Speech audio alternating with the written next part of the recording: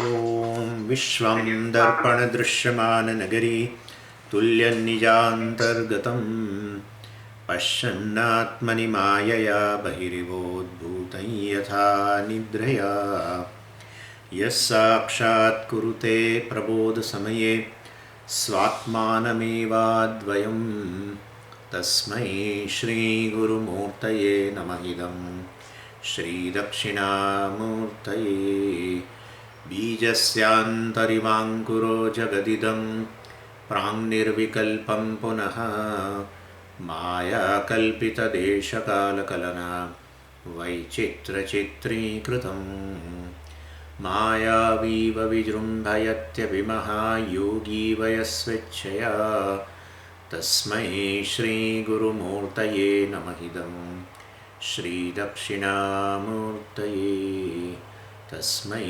श्रीगुरुमूर्तये नमः इदं श्रीदक्षिणामूर्तये। ॐ सहना भवतु सहनौ भुनक्तु सह वीर्यं करवावहै तेजस्विनावधीतमस्तु मा विद्विषावहै। ॐ शान्तिः शान्तिः शान्तिः। सदाशिवसमारम्भां शङ्कराचार्यमध्यमाम् अस्मदाचार्यपर्यन्तां वन्दे गुरुपरम्पराम्।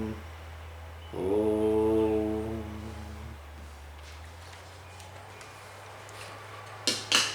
मंत्र फोर्थ। यद्वाचा अनभ्युदितं येन वागभ्युद्यते तदेव ब्रह्मत्वं विद्धि नेदं यदिदमुपासते।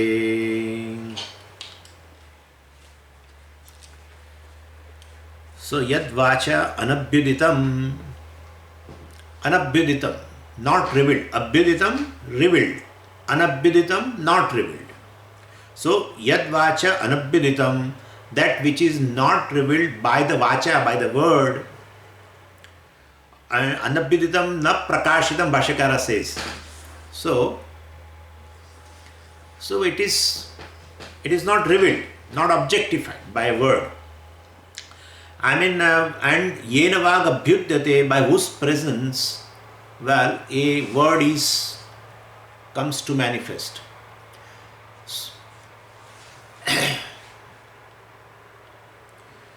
So the vastu which is not it's not a direct meaning of a word. That's all it wants to convey. Any meaning of a word, direct meaning of a word, will be name and form. Any direct meaning of a word is always a denoting a limited object. A limitless thing can never be revealed by direct meaning of a word. But Swamiji, Akasha word is there, and Akasha is revealed by the word Akasha. So that Akasha object, but it is not limitless. It is not limitless. By our rule, this rule itself, we want to convey that Akasha is not limitless, and I have already shown you in terms of space, in terms of object wise and time wise. Akasha is not limited, limitless. It's limited, and therefore this is a rule. Any direct meaning of a word will reveal a object which is limited. Any given name and form will be revealed by direct meaning of the word. So if anything which is limitless and you want to convey through the words, well, you will have to take it a lakshana. You will have to take a implied meaning or indirect meaning. So here it is said yad vacha anabhyuditam, means it is unlike the object pot that is revealed by the word pot. Unlike, it is not like that. So it is always, the Atma is always revealed, consciousness is always revealed, Brahman is always revealed by implication after creating a context. And that is how the teacher is able to impart the knowledge of the self through the words, but by lakshana, by implication. Yena vag abhyudyate, by whose presence a word comes to manifest. By whose presence alone a word is a word. A word is pronounced as a word, and a word is heard, a word is understood, etc. All this you have to understand through yena vag abhyudyate, by whose presence a word comes to manifest. A meaning of the word is understood. A word can be pronounced in whose presence. A word is a word in whose presence, etc. etc. A word is heard in whose presence. Everything is conveyed. All the four things are conveyed by this particular sentence, part of the sentence.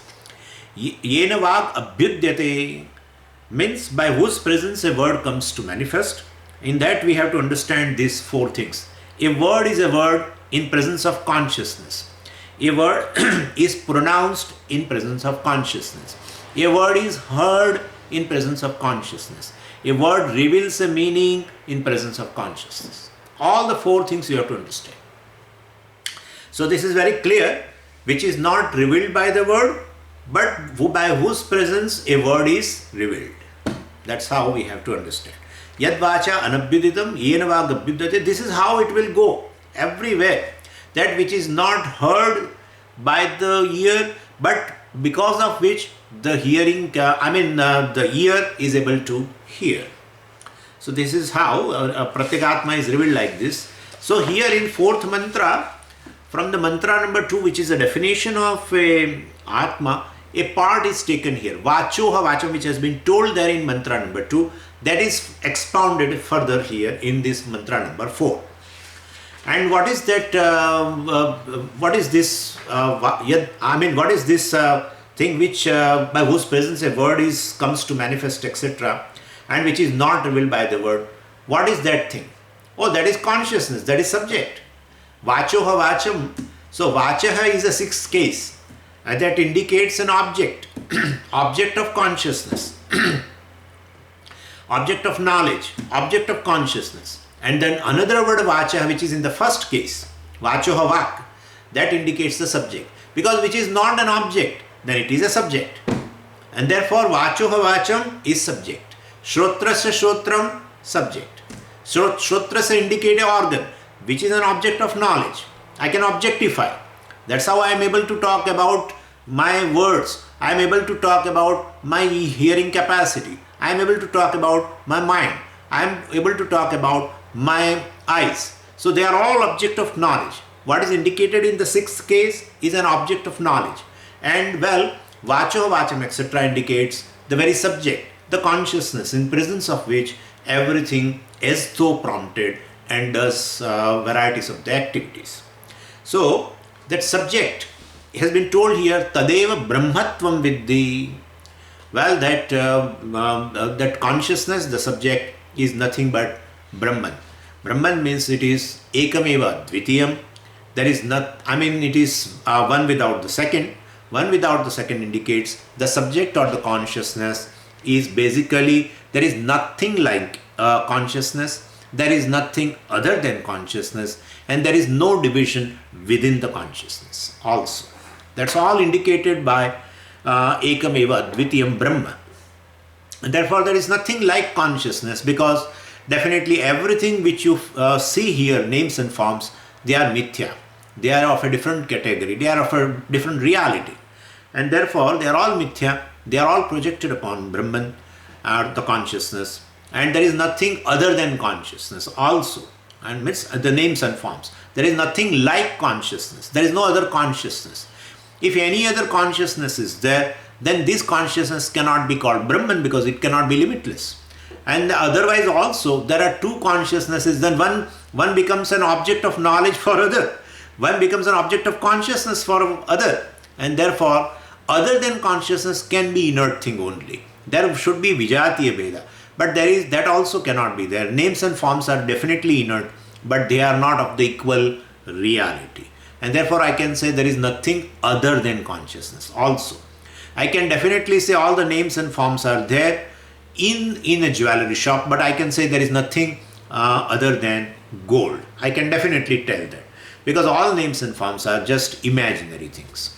And same way, there is nothing other than consciousness. There is nothing like consciousness. There is no sajatiya bheda, there is no vijatiya bheda, and there is nothing within consciousness also. There is one homogeneous consciousness. There is no division within consciousness also. If any other division is there in consciousness, definitely it would be, one part would be inert, another part would be conscious. That's how so many, some particular point of view is also there, when which they say one part of the consciousness is, it is consciousness and other part is jadam, etc. Well, there is nothing like that. And therefore, ekameva advitiyam, the subject consciousness is like this. That is called Brahman. And that Brahman is further revealed, in analysis we find, of course through Shastra, that Brahman is this intelligent and material cause of the Jagat, and therefore the whole creation is non-separate from the Brahman. Being material cause, any material cause indicates the effect is non-separate from the cause. And therefore, definitely if gold is a material cause, then all the ornaments are non-separate from the gold. And that way, Brahman is revealed as a material cause of the entire Jagat through in the Shastra. It's a efficient cause also, and it is material cause also. And therefore, all creation, all names and forms are non-separate from Brahman, because Brahman is the material cause. And that all indicates non-separate means Brahman alone provides an existence to everyone. And that is how they all are mithya, and therefore you can definitely say if Brahman is the material cause, every name and form is Brahman. And therefore everything is Brahman, and so body is Brahman, senses are Brahman, mind is Brahman, the knower is Brahman, the object of knowledge is Brahman, the very thought, the thought cognition itself is a Brahman, everything is Brahman.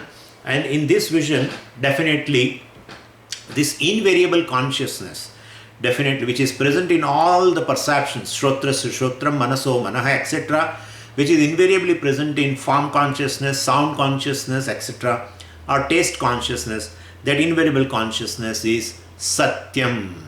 It is sat, because that alone lends existence to everything. How? Because it is the material cause. A material cause alone provides the existence to entire effect, and therefore entire world, all names and forms, basically borrows the existence from the material cause called Brahman. And therefore the consciousness, that is Chit, basically is Sat. It is the Sat means material cause. Sat, because any effect of the existence comes from the material cause. And therefore Chit alone is Sat. This is how we can, we have to connect like this. The consciousness always, of course we did in Tattva Bodha, you know it also. Consciousness alone is Satyam. The consciousness is existence, existence is consciousness, and of course, consciousness is the material cause. It pervades entire Karya Prapancha and all the names and forms. It is limitless, and therefore it is called Anantam or Anandaha also. Either you say Satyam Jnanam Anantam, either you say Satchidananda, because that consciousness, which is limitless, manifests in the moment of happiness also, as a fullness. And therefore definitely that Brahman, which is Atma, which is the subject, which is Shrotrasya Shrotram, etc., is Satchidananda or Satyam Jnanam Anantam Brahma. This is the Mahavakya. This is how it is. The Atma, the consciousness, the subject is Brahman, right? And this is in Mahavakya. So this is how it has been revealed. Chit is Sat. Brahman is Satyam. Brahman is everything. So knower, knowledge, everything is Brahman. Means it is whole. Puja Swamiji always calls it as a whole. Whole means whole. Everything in a given perception, in a given cognition, in a given experience, in a given, experiencer, object of experience, and the very experience, vritti, all are Brahman. Why? Because it is the material cause. It alone provides an existence, and therefore I can say definitely, if pot and clay, Bengal and all these things are ultimately gold, then I can say gold alone is this in all the forms. So it is called Anantam or Anandam. It being the whole, it is not an object of any of these words. Since it is whole, since it is limitless, it cannot become an object of a given word. Direct meaning of a given object means a direct meaning. It cannot become an object of any given word, and therefore we are saying Yad Vacha Annabhyuditam. The words cannot reveal Brahman. Words cannot, na prakashitam. Words cannot reveal Brahman as such. Word cannot reveal Atma. So it has to be revealed through implications connected to the meaning of the word, direct meaning of the word. Well, we can take it lakshana and give the meaning. So that consciousness, of course, that subject is Brahman. Tadeva Brahmatvam Viddhi is Mahavakya, a sentence revealing the oneness of myself and Brahman. So beautifully. This is, otherwise Mahavakya to understand sometimes is very difficult, but here it is revealed earlier as a Shrotrasya Shrotram, etc. And there it has been told everything which is inert, all this inert which is an object of knowledge. Inert thing is called, the definition of inert is, it is always an object of knowledge. And which is never an object of knowledge is the consciousness. That is a subject. That alone lends consciousness to entire this body, mind, sense complex. Anyway, so this is a Mahavakya sentence revealing the oneness of me, the subject, and the Brahman. The consciousness is Brahman. That is where the pramana works. I am conscious being or consciousness may not take much time to understand as we are doing right now in Panchadashi. So it is not right to say that there are only 4 Mahavakyas, and well, this mantra Tadeva Brahmatvam Viddhi, Tadeva, Tad means that alone, that Pratyagatma which is revealed as a Shrotrasya Shrotram, etc. alone is Brahman, like that indeed is Brahman, is Mahavakya. And well, if one accepts only 4 Mahavakyas from 4 Vedas, then definitely one will miss this Kenopanisad. Will not have any kind of a Mahavakya, because Aham Brahmasmi, every Upanishad must have a Mahavakya, not just 4 Upanishads, because for sake of Samanvaya, showing in all the 4 Vedas have Mahavakya, one vision. We are showing every Mahavakya from every Veda, but actually all the 4, all Upanishads must have a Mahavakya, because that is the only subject matter of the Upanishad, and therefore Upanishad should have a Mahavakya. Not only Upanishad, Bhagavad Gita also should have a Mahavakya, and it is there. Anyway, so Mahavakyas we just quote from each Veda, like Tattvamasi from Sama Veda, and Aham Brahmasmi from Yajur Veda, Prajnanam Brahma, etc. from Rig Veda, and Ayam Atma Brahma from Atharva Veda. That is the Mandukya. And therefore, well, Mandukya reveals Ayam Atma Brahma. Therefore, Mandukya has a Mahavakya. But then Mundaka Upanishad, well, that also belongs to Atharva Veda, but no, it doesn't have any Mahavakya. So means what is the subject matter of Upanishad then? Therefore, it cannot be like this. So, we will have to understand, they are just quoting as a representative from 4 Vedas. So, in Bhagavad Gita also you know very well, Kshetrajnam chapi mam viddhi sarva kshetreshu bharata. Bhagavan very clearly told this in all these beings. Well, don't consider that there is a Pratyagatma, there is a Jivatma which is indwelling in the particular body, Kshetra. Bhagavan says, I am Kshetrajna in all. Therefore, the Pratyagatma or Jivatma is none other than me. And like that is Mahavakya even in the Bhagavad Gita also. So, any Shastra which reveals what is to be revealed, and therefore Mahavakya also are seen in all the Upanishads. Anyway, and the last part of the mantra is Nedam Yadidam Upasate. Well, Na Idam Yadidam Upasate. In this mantra, well, there is also a negation of what is not Brahman. So, Brahman is generally understood as, here.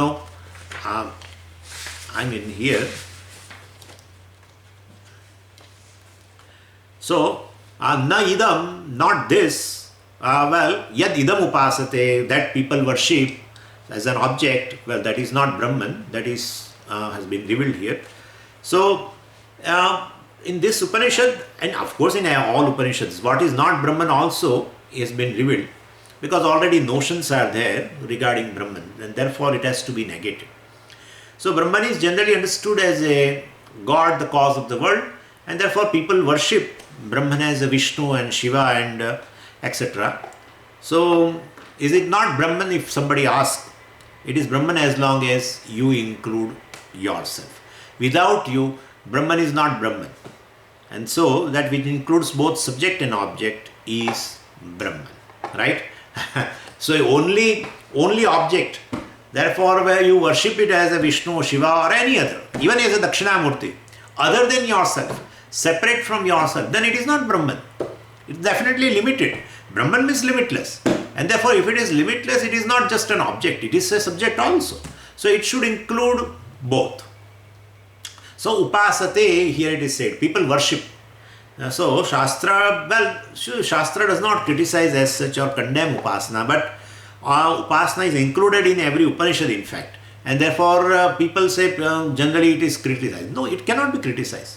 That's how I always say, without without a spiritual wisdom, the religious wisdom or the religious life is incomplete.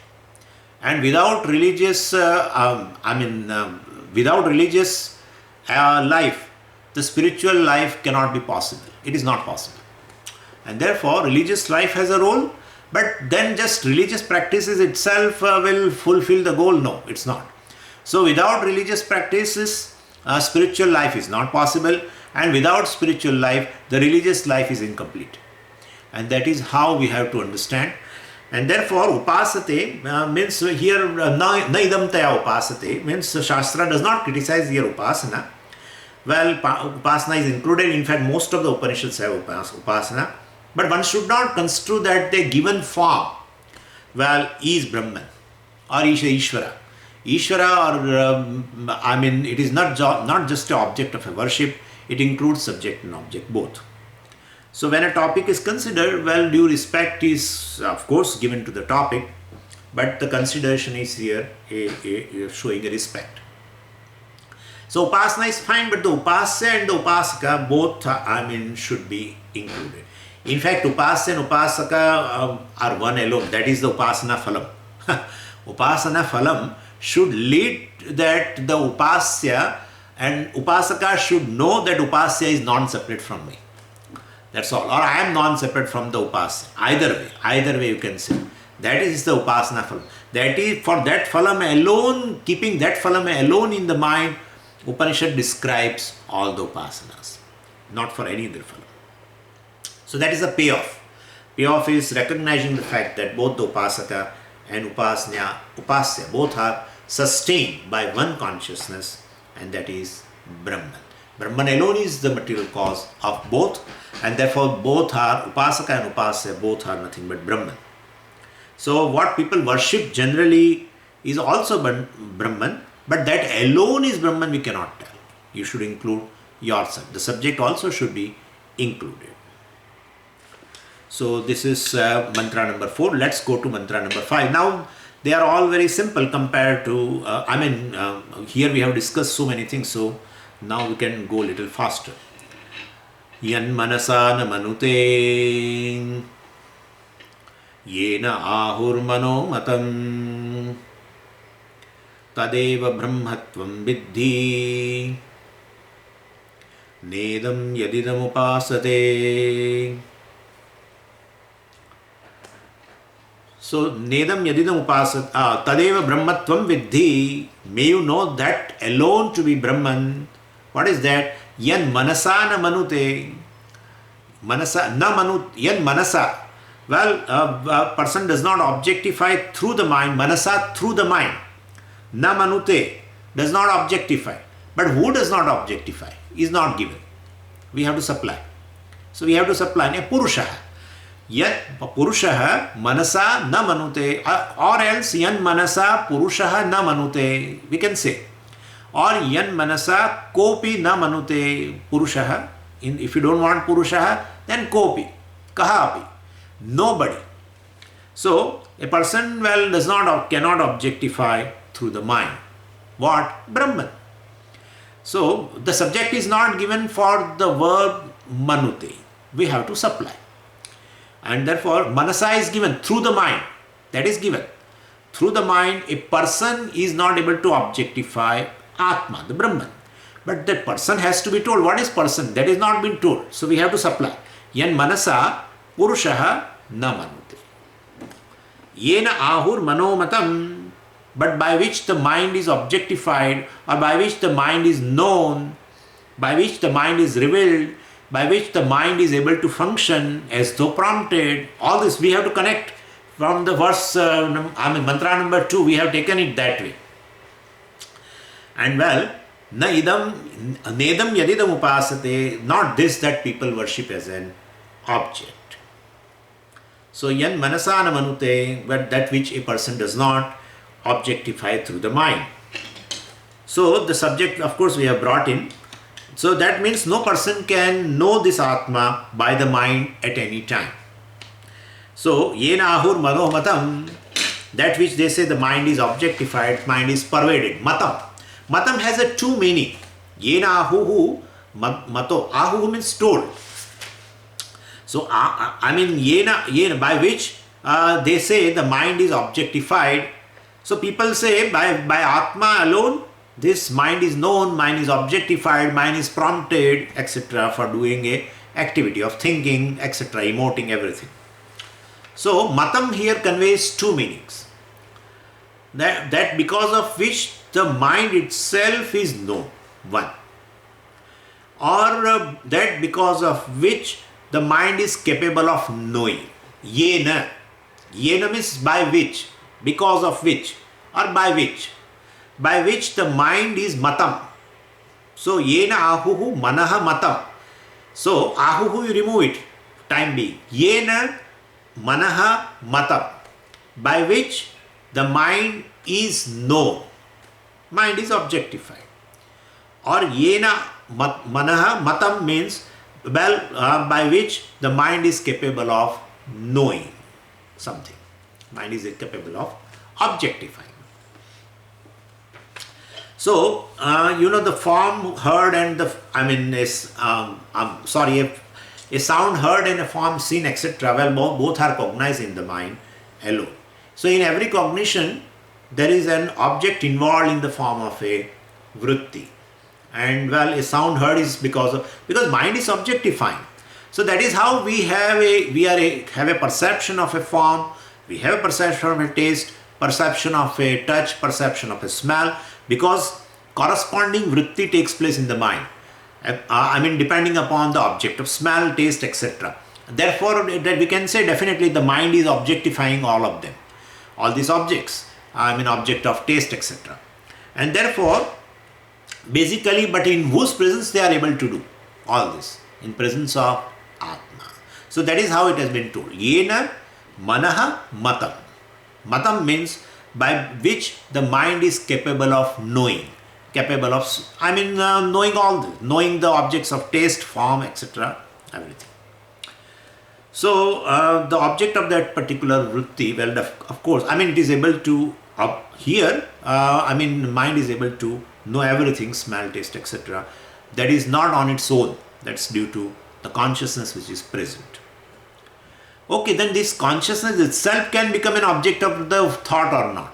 No, it cannot become, because it is not the object of the vritti. It is the very content of the thought, and therefore swarupa of the thought, and therefore, well, definitely, like the very swarupa of the pot is clay. Pot cannot objectify the clay, because a pot itself has to be independent independent separate from the clay in order to objectify the clay. It is not possible. The very content of the thought is, well, the easiness of the thought, the illumination, the revelation of thought is due to Atma, and therefore that is not possible that a vritti or a thought can objectify Atma. It can objectify everything other than Atma, but it cannot objectify Atma. So the mind, mind is able to do a job in whose presence, that is Atma. So the presence of consciousness alone makes the mind objectifying everything, and mind itself cannot objectify consciousness. That has been, Bhashyakara has told this, antasthena hi chaitanya atma jyotisha avabhasitasya manasaha manana samarthyam. So, Antasthena hi Chaitanya Atma Jyotisha. Chaitanya Atma Jyotisha. That's a Tritiya, Jyotisha. It's a Jyotis word is there. The third case is third case and the singular is Jyotisha.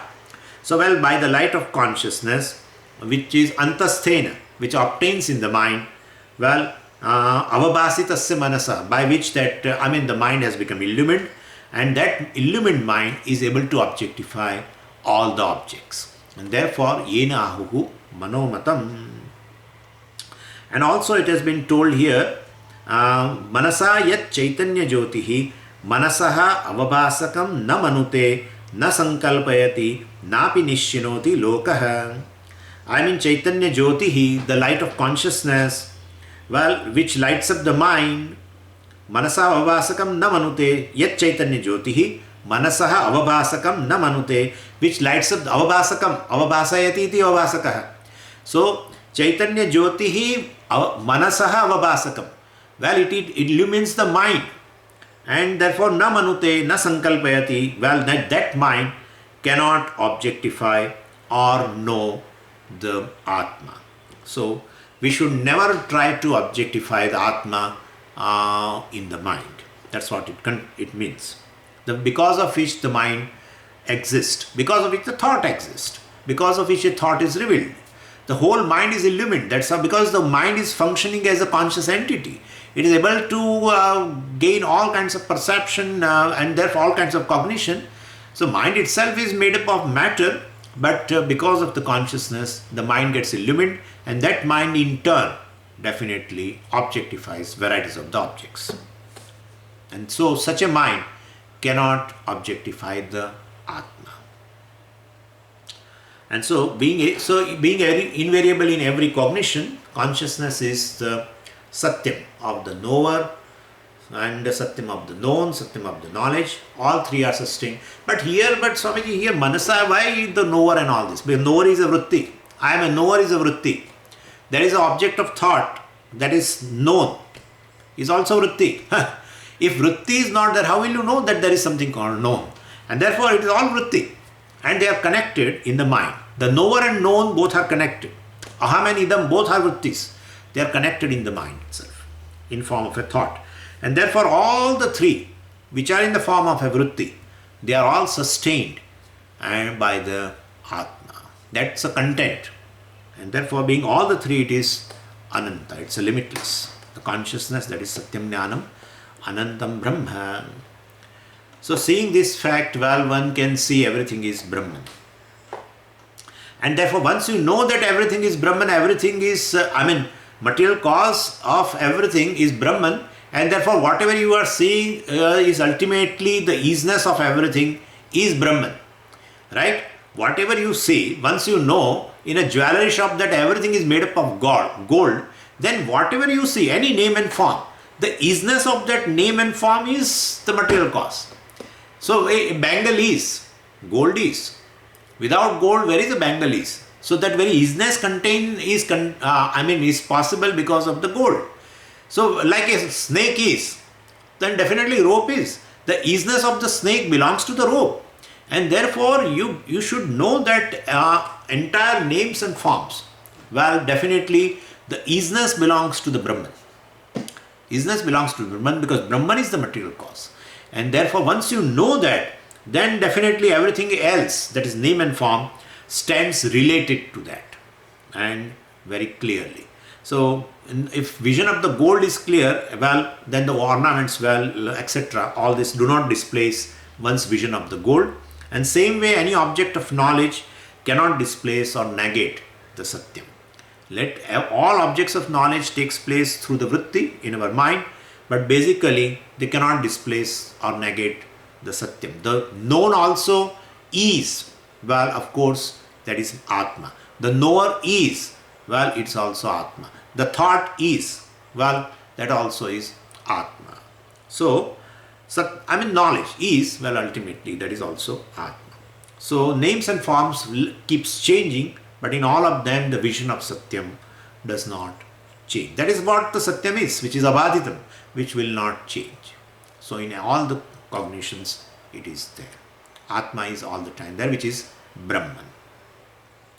Yat chakshusha na pashyati yena chakshumshi pashyati tadeva brahmatvam viddhi nedam yadidam upasate.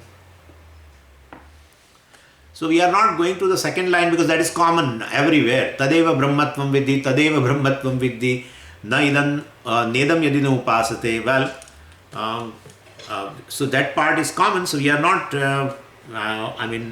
explaining again and again. Okay, so here also now, yat chakshusha pashyati yena chakshumshi pashyati. Well, tadeva brahmatvam viddhi, you know that alone to be Brahman, which does not see with the eyes, and which one cannot see with the eyes. Yena chakshumshi pashyati, by which one sees the function of the eyes, or when eyes become the object of your knowledge, and not this that the people worship as an object. So this is, the first line is very important. I mean, the eyes cannot objectify the Atma, but because of which the eyes is able to function, or eyes are able to objectify respective objects. Like that is forms and colors. So Vastu, that was, the Atma that was revealed as a year of the year, and so on. Well, here now, distinctly pointed out. Because already before that it has been told Vacho Havacham, and then Manaso Manaha. That also has been over. Now Chakshushash Chakshu, that has been taken. Only one part is sufficient, only for one organ also they can tell, but they are telling for every organ.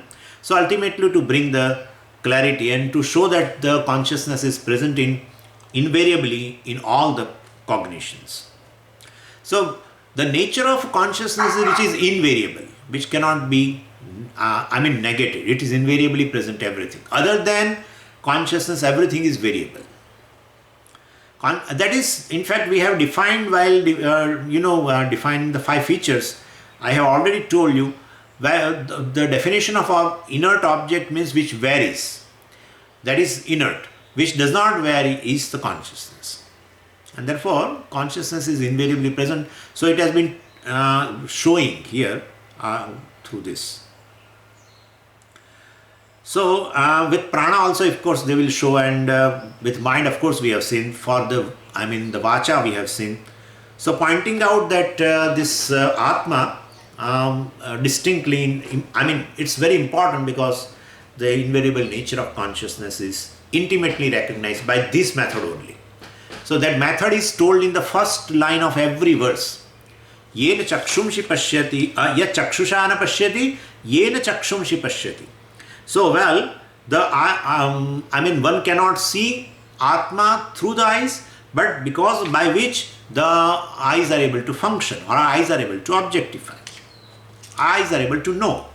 So that is what the definition of Atma. And so with reference to eye, we can see here the invariable nature of consciousness being present in every visual perception now, here.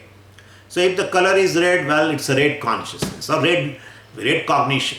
Cognition ultimately means a knowledge. Knowledge means consciousness. We have seen that we have replaced the word and put the word consciousness. So if the color is red, red consciousness. If color is white, white consciousness. So that is how it is invariably present. And the sounds, of course, are also many and distinct, but presence of consciousness in every perception of the sound will remain same. So with the sense of smell also it will be shown. Each cognition of smell, that consciousness is the same. And of course in Panchadashi we are seeing the same thing. The perceptions vary, but the consciousness is invariably present in all. And not in just one state, not in waking state. It is even in the dream state. In the perception of a dream objects, ultimately still the same consciousness continues. And even in the perception of a subtle objects, perception of ignorance, and perception of, experience of ignorance and experience of happiness also, in deep sleep state, the consciousness is still present. That is the invariable nature of a Atma. Consciousness cannot be replaced. A object gets replaced, but object cannot replace consciousness. That is what it is. So since any object of perception cannot replace consciousness, consciousness is Satyam, and the objects are Mithya. They are varying in nature, they are Mithya. So here also, in terms of sense organ they are showing, and we can look at all of them together also. All these perceptions go to the mind ultimately, and so mind has to undergo a relevant thought change, whether the perception is of a sound or a form or a color or anything. So in all the relevant forms of conscious cognition, we recognize the same invariable consciousness. So here the Shastra just says in one sentence that which is not objectified by the sense organs, and because of which the sense organs are objectified or sense organs function, is the Brahman, is the subject, is the consciousness. And that Brahman you are, it takes the pain to mention, of course, each sense organ severally. And the whole section is basically, this particular section, as I told you earlier also, is meant for contemplation, because the I am consciousness is easily derived, and that consciousness is Brahman, Tadeva Brahmatvam Viddhi. And so any sense organ is not able to objectify me. Because of my presence, they are able to function in their respective fields. As though they are prompted, they function in the respective field. So this contemplation, it does not reveal anything new, of course, but it gives us a clarity of the self, and we can remove the confusions regarding the self, because we already say ourselves as I am a hearer, I am a seer, I am a smeller, I am one who tastes the objects, etc. I am just a presence, I am just a consciousness in whose presence all the sense organs function. Yat chakshusha na pashyati, that which a person does not see with the eyes, yena chakshumshi pashyati, that in whose presence the eyes are able to see. And Bhashyakara says here, yena chakshumshi antakarana vritti bheda bhinnaha chakshur vrittihi pashyati chaitanya atma jyotisha vishayi karoti vyapnoti. So, yena, by which अंतःकरण वृत्ति भेद भिन्ना चक्षु वृत्ति पश्यति, येन should be connected with the pashyati. So by which sees what? अंतःकरण वृत्ति भेद भिन्ना चक्षुर वृत्ति, by light of this consciousness, chaitanya atma jyotisha pashyati, yena chaitanya atma jyotisha pashyati, by which this light of consciousness, the eyes, the various thoughts, modification, etc. relevant to seeing, they are all objectified, pervade. So that is what the meaning of yat chakshusha na pashyati. So yena chakshumshi pashyati, yena means yena chaitanya atma jyotisha. By this consciousness alone, the eyes are able to function. Eyes are able to see, but not just eyes. Antakarana vritti, definitely. Without that, that is not possible. So antakarana vritti bhed bhinnaha, definitely. There are differences. Even you are seeing, I am seeing you, I am seeing a computer, then I am seeing a mobile. So these are different objects of seeing. So antakarana vritti bhed bhinnaha chakshu vritti. Well, they are definitely, since the objects are different, the thoughts are also different, but the invariable consciousness which illumines all of them is one thing alone. So yena chaitanya atma jyotisha pashyati. So eyes are able to objectify the objects of seeing, the forms, colors. Vishayi karoti. Vishayi karoti means this, they are able to objectify. Vyapnoti, they pervade either. And one thing here is yet chakshumshi pashyati, yena chakshumshi pashyati. Chakshumshi here is basically, it's a plural form. Chakshuhu, chakshushi, chakshumshi, it's like that. So here it cannot be, because pashyati is there, and therefore we will have to convert into a singular. So it should be read as a chakshurindriyam. Yena means atmana, chakshurindriyam pashyati. Because of this consciousness, this sense organ, the eye is able to pashyati, eye is able to see. So we'll have to take it that way. So it's a Chandas Prayoga. I mean, it's a Vedic usage. Chakshumshi, plural, and writing Pashyati is a singular verb. I mean, so used for a singular. So that cannot be. It's a third person singular, Pashyati. Then there should be a subject also should be, in a singular. But instead it has been given Chakshumshi. Plural has been given. So we will have to say it is a Vedic usage. So, I mean, in the activity of perception, the invariable consciousness is all the time present.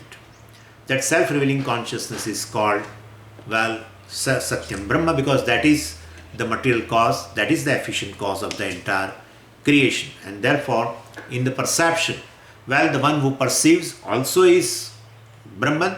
What is perceived, color, etc., is also Brahman, and the very thought also is Brahman. The cognition, vritti, also is Brahman. The seeing, we can say, it's called seeing. The seer, what is seen, and the seeing, all the three are Brahman, Satyam Brahma.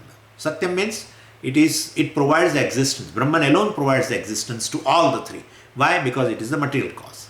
And therefore, then, Brahman, that is consciousness, that is Chit, alone is Sat.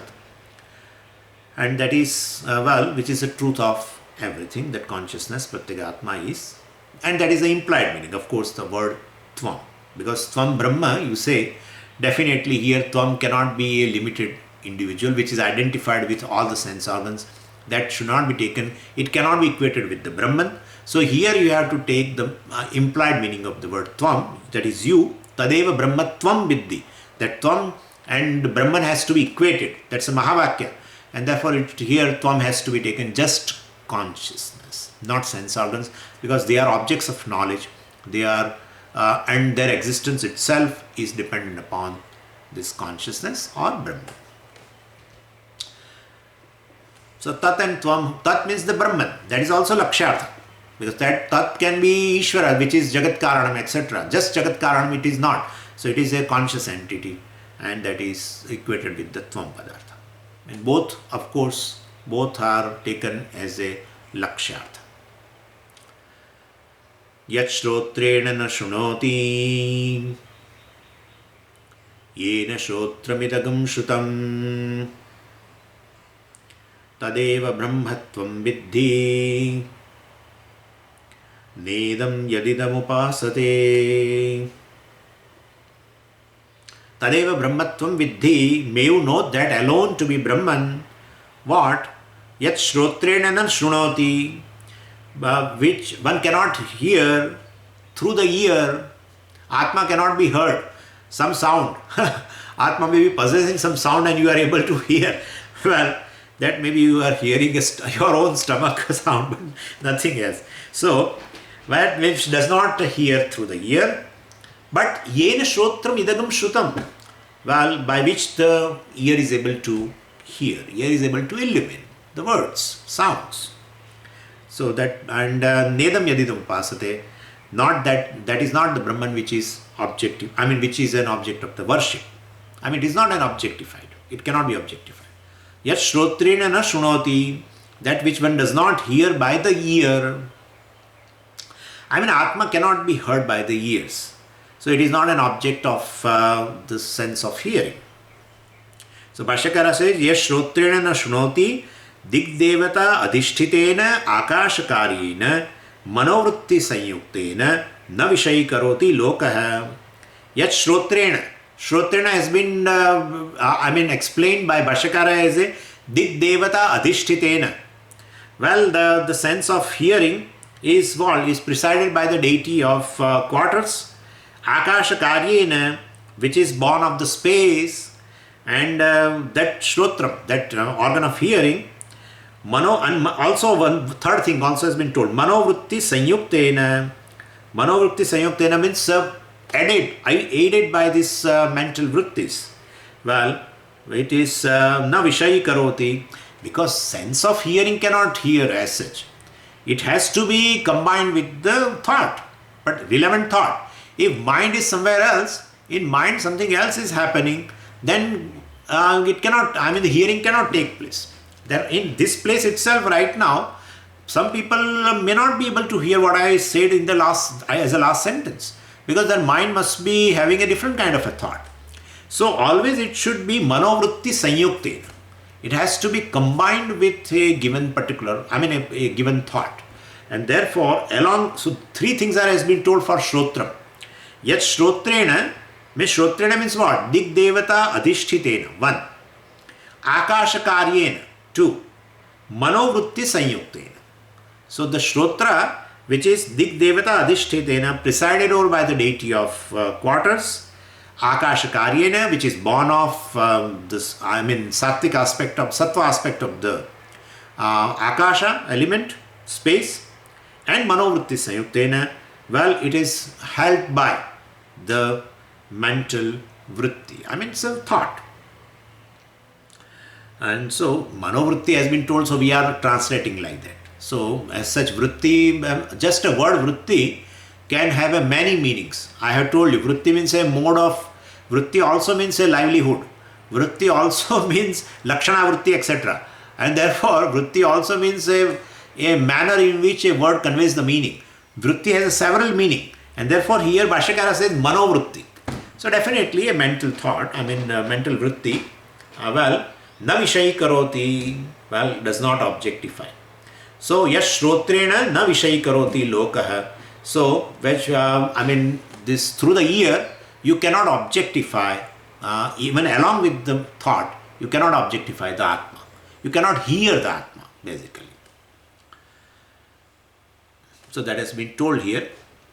So Brahman does not have any sound or any frequency, etc., by which you can hear it.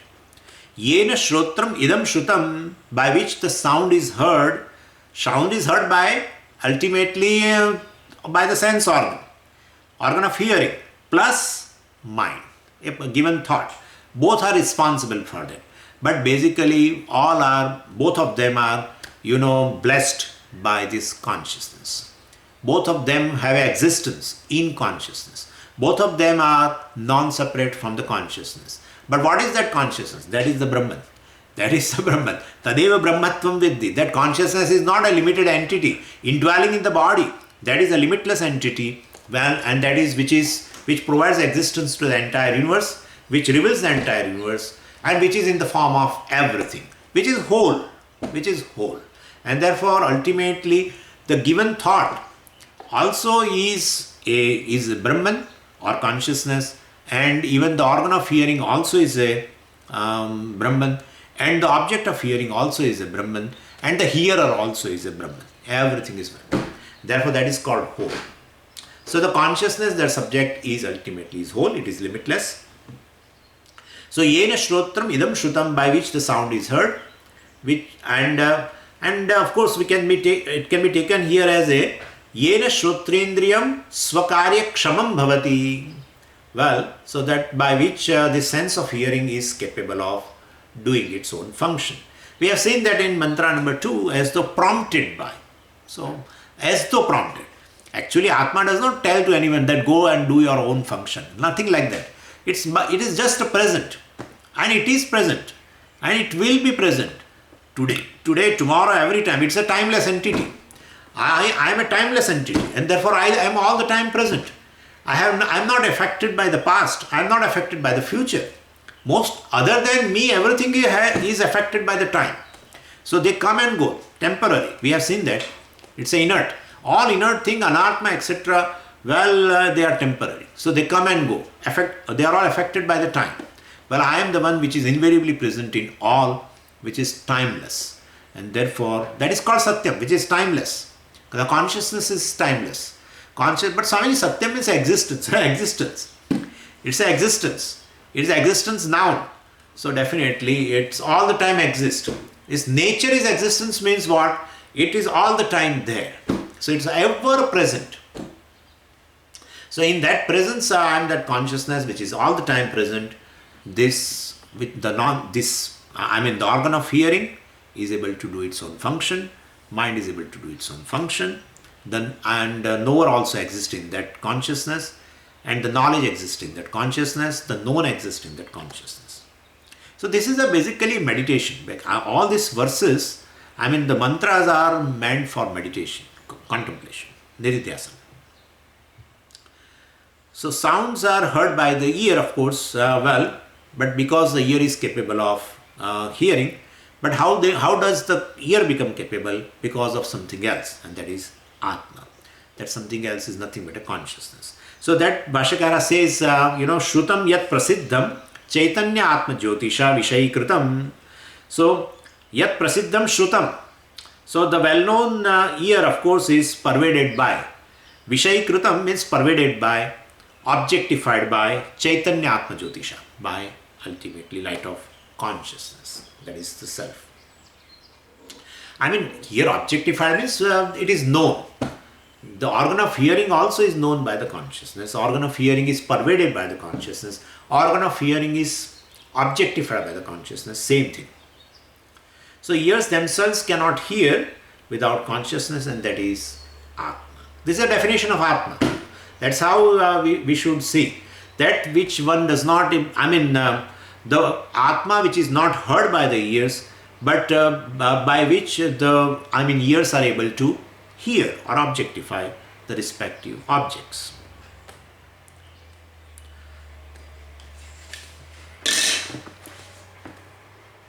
Okay, we'll see now tomorrow. Some more part is left over. Om Purnamadav Purnamidam Purnat Purnamudachyate Purnasya Purnamadaya Purnameva Vashishyate. Om Shanti Shanti Shanti. Harihi Om Shri Gurubhyo Namaha. Harihi Om.